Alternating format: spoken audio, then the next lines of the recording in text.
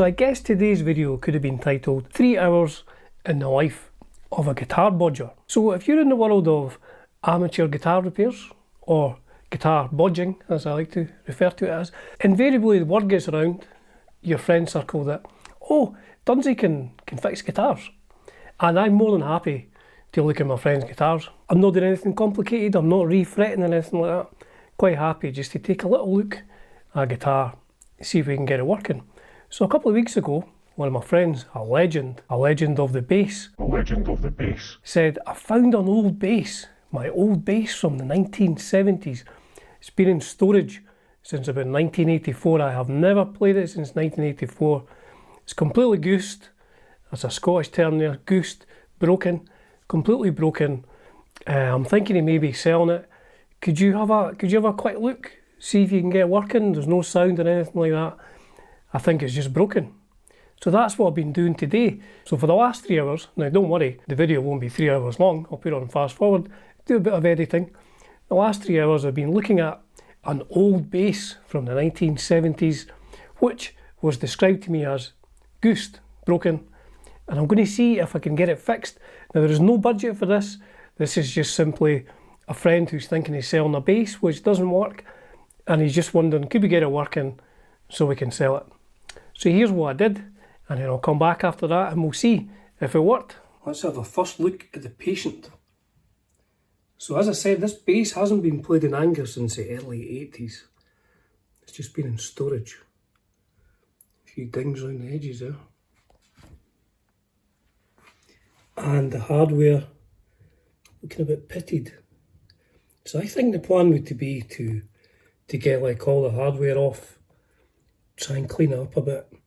Now on my shorts video I posted that I thought there was something missing here. One of my friends said it might be like a bit of padding underneath here, a bit of foam or something like that. I think they said their brother had a similar bass. So the hardware's pretty pitted. Definitely along there. Now one thing I have noticed, the pickup is looser than I don't think that's right. I'm guessing that has a bit of foam underneath it as well. So, I mean the wood in this is beautiful, it's like a neck through. Laminated. Cracking the pickguard there, I mean it's pretty dirty. And my friend said somebody offered to replace a knob from years ago and they put this one on. I don't think that's original. So I think we get all this stuff off. Look underneath, because I have plugged it in and there's no sound at all. The frets look okay. I'm not the biggest fan of these thick lacquered fingerboards on Rickenbackers, I have to say. So the frets aren't very worn. I think get away with giving them a polish. Binding looks alright.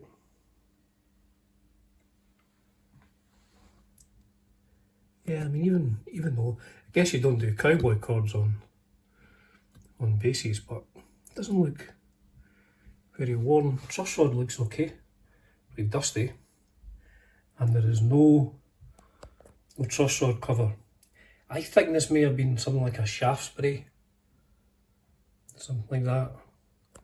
We are missing a barrel from that tuner. I think the nut looks okay. Now I'm not a bass player, so I'm looking at this very much from a guitar player's point of view. So that's the top. I'll flip it over and look at the back. So here's the back. Now it is like Rickenbackers. It does have a stereo sound. So is this a 4001? I'm not 100% sure, but it's neck through. So you know there's a lot of work goes into something like this. This would not be cheap to manufacture. It looks great. I mean there are dings around the side and everything. But it's from the 70s, I'm not sure when Norbert said he got it. Late 70s anyway. So yeah, neck through, no glue joint that I can see. Laminated neck. And then the tuners, these are not the greatest quality of tuners that you get. I normally see these on most sort of budget instruments, which is quite strange given that this is an egg through. So it wouldn't be a cheap bass. Cheaper than a Rickenbacker at the time, obviously. But you know, in the scheme of things, it wouldn't have been a budget bass to manufacture. So there we have it. So I think the first thing I'm going to do is, I'm not convinced I'm going to get this up and working today because there is no sound. But I think what I'm going to do today is maybe split this video into a couple of pieces. And today's video, I will get all this stuff off, see if there's any obvious issue as to why there is no sound. Maybe there's a broken wire, and I mean, neither of the inputs had any sound. And when I tapped the pickups, there was no electronic boop, clink or anything like that. So maybe it's something obvious, maybe just one of the input jacks or both input jacks are broken, I don't know. So let's do that. Let's get all this stuff off and see where we are. Now, it should go without saying that if you're looking for luthier tips and tricks and how to do things properly, then this is not the video for you. I am very much a bodger. I'm a guitar player, and people give me their instruments because for some crazy reason they think I can fix them.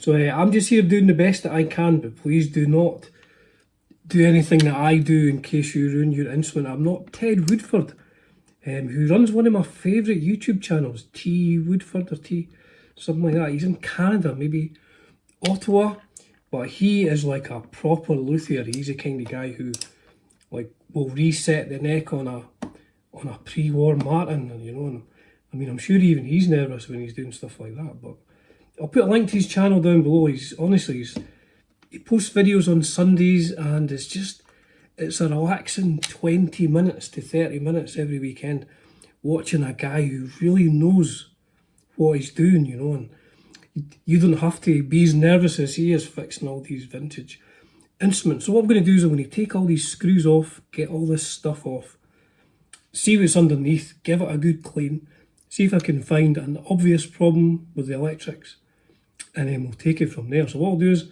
I'll fast forward all this. Let's go.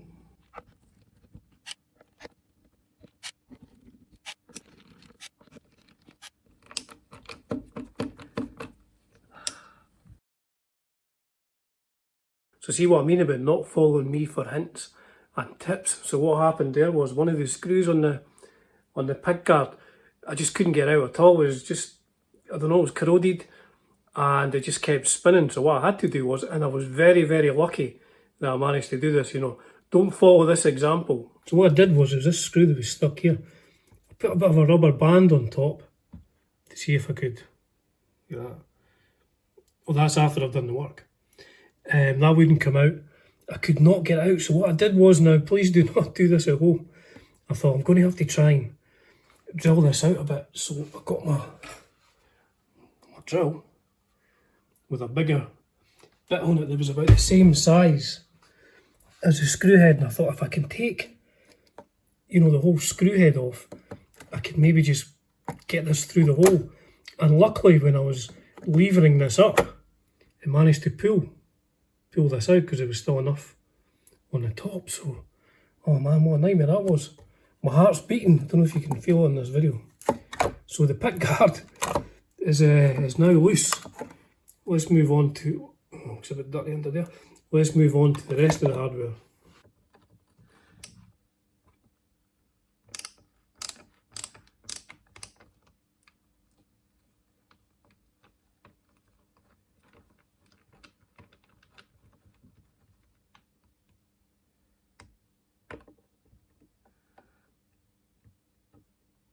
Oh,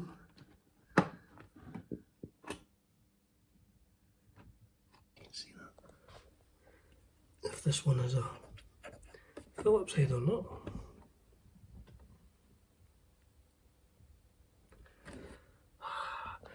See, when you're working on old instruments. So yes, good and bad. So this is 2.5mm Allen key. Now this one does work, but this one is so corroded, and I can't, whatever gunk is in there, seems to have solidified. So I guess I'm in danger. Like this won't catch. So I think what I'm going to do is, I'm going to not do anything with that, because I can't tighten it up a little bit, because I loosened it. And I'll put these 2 screws back down. And I'm going to clean this as best I can. I think I might need to employ my wife's hairdryer to maybe get some of the dust out of there. So yes, I'm quitting well in my head on the tailpiece and the bridge.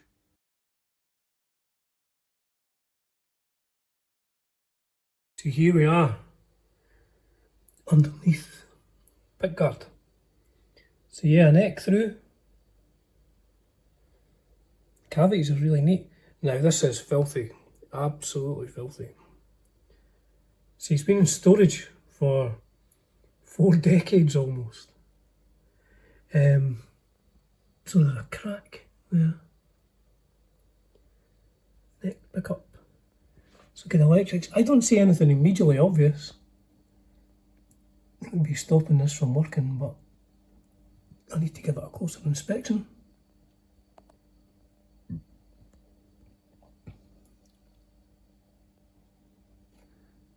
There's some Japanese writing underneath here. Let's see if I can get that. Pretty cool, eh? I think it's Japanese. So that's pickguard. Try and investigate. Well, it's not working. Here's the bridge pickup. Let's see. Oh dear. So I mean, it's filthy.